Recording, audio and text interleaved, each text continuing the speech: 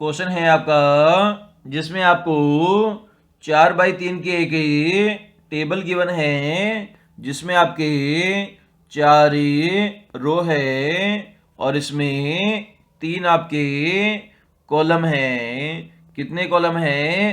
3 column है। यहाँ पर आपको एक डिजिट मिसिंग है, ये आपको फाइंड आउट करनी है ABCD ऑप्शन में से। तो इसे हमें सोल्व करने की कोशिश करते हैं। तो यहाँ पर आपने देखा जो हमें डिजिट फाइंड आउट करनी है वो सबसे नीचे है। मतलब आपको इसमें कंडीशन ऊपर से नीचे लगाकर इसे सोल्व करना पड़ेगा ताकि हम इसे जल्दी से फाइंड आउट कर सके। तो सबसे पहले हम देखते हैं फर्स्ट कॉलम की मैं बात करता हूँ तो संख्याएं 3, 6 और 12 और 6 लिखी हुई है। अगर यहाँ पर 3 को 6 से गुणा कर दें और 6 को 12 से गुणा कर दें तो आपकी संख्या कितनी आ जाएगी? 12 छिकी 72 और 72 तिया 216 हो जाएगी। कितनी 16 हो जाएगी? 216 हो जाएगी। अगर इसका घनमूल कर दें, क्या कर दें? अगर इसका घनमूल कर दें तो संख्या क्या बन जाएगी आपकी? 216 क्या होता है? 6 का क्यूब होता है। तो इसका आपने घनमूल किया तो 1/3 से 1/3 कट जाएगा और संख्या क्या बन गई आपकी? 6 बन गई। मतलब ये लास्ट वाला डिजिट हमने फाइंड आउट कर लिया है। कैसे किया? ऊपर वाली तीनों संख्याओं को आपस में गुणा किया, जो हमारा गुणा आया उसका हमने घनमूल निकाला जिससे हमारी नीचे वाली संख्या आ गई। सिमिलर लॉजिक हमें सेकंड वाले कॉलम में लगाएंगे। तो 2 को 20 से गुणा करेंगे और 20 को 25 से गुणा करेंगे तो 25 दूना 50 मतलब 500 और 500 दूना कितना हो जाएगा? आपका 1000 हो जाएगा।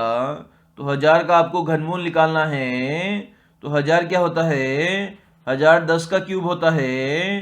तो इसका आप घनमूल निकालोगे तो 1/3 से 1/3 कट जाएगा और आपकी संख्या कितनी आ जाएगी? 10 आ जाएगी, जो कि हमें गिवन है। इसी प्रकार से लास्ट वाले कॉलम में सिमिलर लॉजिक लगाएंगे।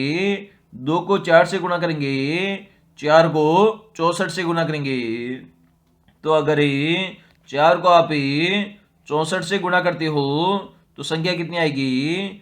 4 चौक 16 हासिल 1, 4 चौक 24 और 1 25। अब इसे आप 2 से गुणा करते हो तो 6 दूनी 12 हासिल 1, 5 दूनी 10 और 1 11 हासिल कितनी लग जाएगी? 1 लग जाएगी। 2 दूनी 4 और 1 5। तो संख्या आ गई आपकी 512 आ गई। अब इसका आपको घनमूल करना है। तो 512 किसका क्यूब होता है? तो ये आपका 8 का क्यूब होता है। तो 8 की पावर 1/3 हो जाएगी। 3 से 3 आपका कट जाएगा तो संख्या कौन सी आ जाएगी? 8 आ जाएगी। मतलब क्वेश्चन चिन्ह का मान कितना हो गया? 8 हो गया, जो कि हमें ऑप्शन नंबर बी में गिवन है। तो इस क्वेश्चन का हमारा बी आंसर हो गया है। क्वेश्चन है आपका जिसमें दिए गए डायग्राम में आपको वर्गों की संख्या बतानी है। इसके लिए नीचे आपको 4 ऑप्शन भी गिवन है। तो आप सभी ये डायग्राम को जानते हो, जो कि आपके बीच में बने हुए डायग्राम है। तो सबसे पहले इसमें वर्गों की संख्या काउंट करते हैं। तो नंबर ऑफ कॉलम कितने हैं? 2 है। नंबर ऑफ रो भी 2 है। तो 2 को 2 से गुणा कर देंगे और 1 को 1 से गुणा करेंगे। तो 2 को 2 से गुणा करेंगे 4 हो जाएगा। 4 को प्लस 1 को 1 से गुणा करेंगे 1 हो जाएगा। मतलब आपके कितने वर्ग हो जाएंगे? 5 यहाँ पर वर्ग हो जाएंगे। मतलब जो अंदर में जो आकृति बनी हुई है उससे आपके 5 वर्ग बनेंगे। सिमिलर आगे हम बात करें, नेक्स्ट डायग्राम की हम बात करें तो आपका कुछ ऐसा डायग्राम बना हुआ है। अब इसमें काउंट करते हैं कि कितने वर्ग बने हुए हैं। तो नंबर ऑफ रो कितनी है, नंबर ऑफ रो इसमें 3 है। इसी प्रकार से नंबर ऑफ कॉलम कितने हैं, तो नंबर ऑफ कॉलम भी आपके 3 हैं। तो हायर रो को हायर कॉलम से हम गुणा कर देंगे, तो 3 को 3 से गुणा करेंगे, 2 को 2 से गुणा करेंगे और 1 को 1 से गुणा करेंगे। तो 3 तरीका 9, 2 दूनी 4 और 1 कम 1। तो सभी को आप जोड़ देते हो तो संख्या कितनी आ जाएगी आपकी, 14 आ जाएगी। मतलब ये जो बाहर में जो डायग्राम आपका बना हुआ है उससे नंबर ऑफ जो आपके वर्ग बन रहे हैं वो आपके 14 बने और बीच में आपके 5-5 वर्ग बने। तो कुल मिलाकर कितने वर्ग हो गए, आपके 24 वर्ग बन गए। लेकिन यहाँ पर आपने देखा इन दोनों को मिलने से यहाँ पर कुछ इस प्रकार की आकृति आपको देखने को मिल रही है जो कि आपका एक वर्ग नहीं है। तो वर्गों की संख्या आपकी 24 रहेगी। तो ऑप्शन नंबर डी हमारा यहाँ पर करेक्ट हो जाएगा। लेटर सीरीज का आपका क्वेश्चन है जिसमें आपके यहाँ पर 4 लेटर यहाँ पर मिसिंग है। इन चारों लेटर का जो खाली स्थान है उसको आपको भरना है। इसके लिए आपको यहाँ पर 4 ऑप्शन भी गिवन है। तो इसे हम सॉल्व करने की कोशिश करते हैं। तो सबसे पहले यहाँ पर हम देखते हैं नंबर ऑफ ए कितने लिखे हुए हैं। तो यहाँ पर 2 बार ए लिखा हुआ है, यहाँ पर 3 बार ए लिखा हुआ है। इसी प्रकार से यहाँ पर कितनी बार ए लिखा हुआ है, 4 बार ए लिखा हुआ है। इसी प्रकार से आगे हम देखें तो वापिस से 4 बार ए लिखा हुआ है, लेकिन कितनी बार ए आना चाहिए, आपका ए 5 बार आना चाहिए। क्योंकि सबसे पहले 2 बार लिखा, उसके बाद 3 बार लिखा, उसके बाद 4 बार लिखा और अब हमें 5 बार लिखना है। जैसे कि आप ऑप्शन में देख सकते हो, पहले ऑप्शन, दूसरे ऑप्शन, तीसरे ऑप्शन और चौथे ऑप्शन में आप देखोगे तो यहाँ से आपको फिलअप करना है। तो 5 बार यहाँ पर ए आपका आना चाहिए। तो ये यहाँ पर भर देते हैं। तो 5वें को हमें कंप्लीटली यहाँ पर भर दिया है। मतलब 5 बार ए लिखा और उसके बाद में बी लिखा।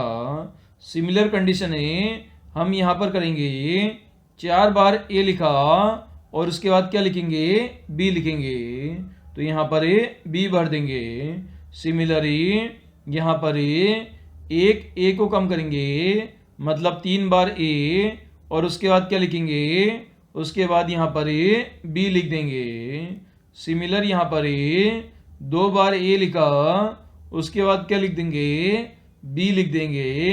तो इस प्रकार से आपकी ये कंटिन्यूस सीरीज हो जाएगी जिसमें आपका 1 बार 2 ए आया, उसके बाद 1 बढ़ाया 3 हो गया, 4 हो गया और लास्ट में हमारा 5 बार ए हो गया और उसके साथ बी जुड़ा हुआ है। तो इस प्रकार से यहाँ पर हमने बी बी बी और ए भरा है जो कि आपका ऑप्शन नंबर 4 में गिवन है। तो 4 नंबर हमारा इस क्वेश्चन का आंसर हो जाएगा। क्वेश्चन है आपका जिसमें आपको बेमेल विकल्प का चयन करना है। इसके लिए 4 ऑप्शन है, ए बी सी डी आपको गिवन है।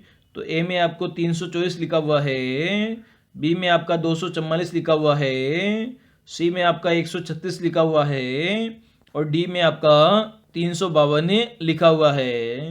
तो इस प्रकार की कभी भी आपको संख्याएं मिले जिनमें संख्याओं का जो अंतर है 300 से 200, 200 से 100 और 100 से 300 में मिले, तो इनमें क्या हमें लगाना है, तो इसमें जोड़ और बाकी मतलब या तो जोड़ना है या घटाकर चेक करना है इन संख्याओं को।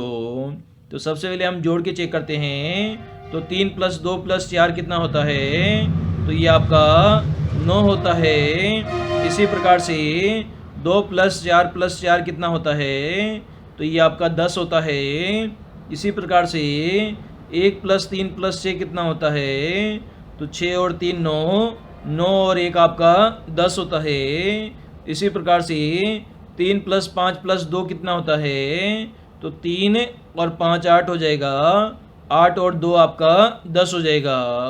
मतलब संख्या बी, सी और डी, इन तीनों जो संख्याएं हैं उनमें जो अंकों का योग है वह 10 आ रहा है, जबकि संख्या ए के अंदर ही 3, 2 और 4 को जोड़ने पर ही संख्याओं का योग 9 प्राप्त हो रहा है। तो ए हमारा बेमेल विकल्प हो जाएगा दिए गए क्वेश्चन में।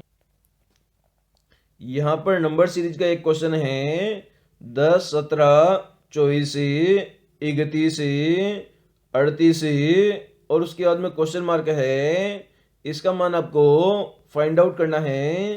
तो इसे कैसे सोल्व करेंगे? तो सबसे पहले हम देखते हैं 10 से हमें 17 पर जाना है, 7 जोड़ना पड़ेगा। 17 से हमें वापस 24 पर जाना है, तो फिर से हमें 7 यहाँ पर जोड़ना पड़ेगा। इसी प्रकार से हमें 24 से 31 पर जाना है, तो वापस से हमें 7 जोड़ना पड़ेगा। इसी प्रकार से अगर 31 से आपको 38 पर जाना है, तो यहाँ पर भी 7 जोड़ना पड़ेगा। और इसी प्रकार से आगे वाली संख्या में हम देखते हैं 38 से हमें आगे क्वेश्चन मार्क पर जाना है, तो 38 में हम 7 जोड़ेंगे, तो हमारा आंसर कितना आ जाएगा? 45 हमारा आंसर आ जाएगा। लेकिन 45 हमें ऑप्शन में गिवन नहीं है। तो यहाँ से एक चीज क्लियर हो रही है, जो प्रत्येक संख्या है उसमें कितने का डिफरेंस है? तो इसमें 7 का डिफरेंस है। तो हम इसमें 7 का सबसे पहले भाग देते हैं। तो 10 में हम 7 का भाग देंगे, तो हमारा रिमेनिंग कितना बचेगा? 7 एकम 7, 3 हमारा रिमेनिंग रहेगा। इसी प्रकार से 17 में हम भाग देते हैं, तो 17 दूनी 14 और हमारा रिमेनिंग कितना रहेगा? 17 माइनस 14, तो 3 यहाँ पर रिमेनिंग बोले तो शेषफल रहेगा। इसी प्रकार से 24 में हम 7 का भाग देते हैं, तो 7 या 21, 24 में से 21 घटाएंगे तो 3 बचेगा। इसी प्रकार से आगे 31 में 7 का भाग देंगे, तो 7 चौके 28, 28 को 31 में से घटाएंगे तो 3 रिमेनिंग बचेगा। आगे भी 38 में 7 का भाग देंगे, तो 7 पंजे 35, 3 रिमेनिंग रहेगा। तो आगे वाली कौन सी ऐसी संख्या होगी जिसमें 7 का भाग देने पर ही हमें 3 रिमेनिंग मिले? तो ऐसी संख्या में ऑप्शन में से फाइंड आउट करनी है। तो सबसे पहली हमारी संख्या है 7 का भाग देंगे 48 में, तो कितना होगा? 7 पंजे 35, 7 छिंग 42, तो हमारा रिमेनिंग कितना बचेगा? यहाँ पर 6 रिमेनिंग बचेगा, मतलब 48 तो नहीं होगा। इसी प्रकार से संख्या हम देखते हैं 346 देखते हैं, तो 346 में हमें 7 का भाग देते हैं, तो कितना हो जाएगा? 7 या 21, 7 चौक 28, तो 4 बार हमारा भाग चला जाएगा। रिमेनिंग हमारा कितना रह जाएगा? रिमेनिंग हमारा 6 रह जाएगा, और 6 के आगे 6 बोले तो 66 हो जाएगा। तो 7 का भाग वापस देते हैं, तो कितना हो जाएगा? 7 7 49, 7 8 56, 7 नाम 63। तो 66 में से आप 63 घटाओगे तो कितना बचेगा? यहाँ पर रिमेनिंग 3 बच जाएगा, मतलब ऑप्शन नंबर बी बिल्कुल सही हो जाएगा, जिसमें हमने 7 का भाग दिया और रिमेनिंग हमारा 3 बच गया। ये कंडीशन हमारी सेटिस्फाई हो रही है बी कंडीशन में, इसलिए क्वेश्चन मार्क का आंसर 346 होगा, क्योंकि प्रत्येक संख्या में हमने 7 का भाग देने पर ही 3 रिमेनिंग हमें प्राप्त हुआ है, और इस संख्या में भी 3 रिमेनिंग प्राप्त हुआ है 7 का भाग देने पर ही।